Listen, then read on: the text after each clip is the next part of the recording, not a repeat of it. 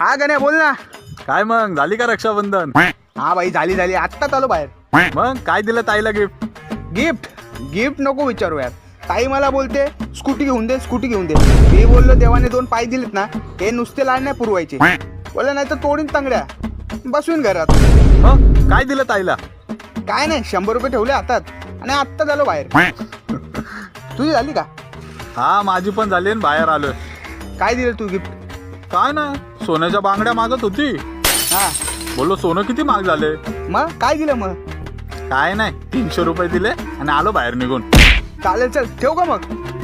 हा बाई चालेल चल, मला पण जरा बाहेर काम आहे. हा चल बाय. बहनों ने भाई की कलाई से प्यार बांधा है, प्यार की दुकान से संसार बांधा है।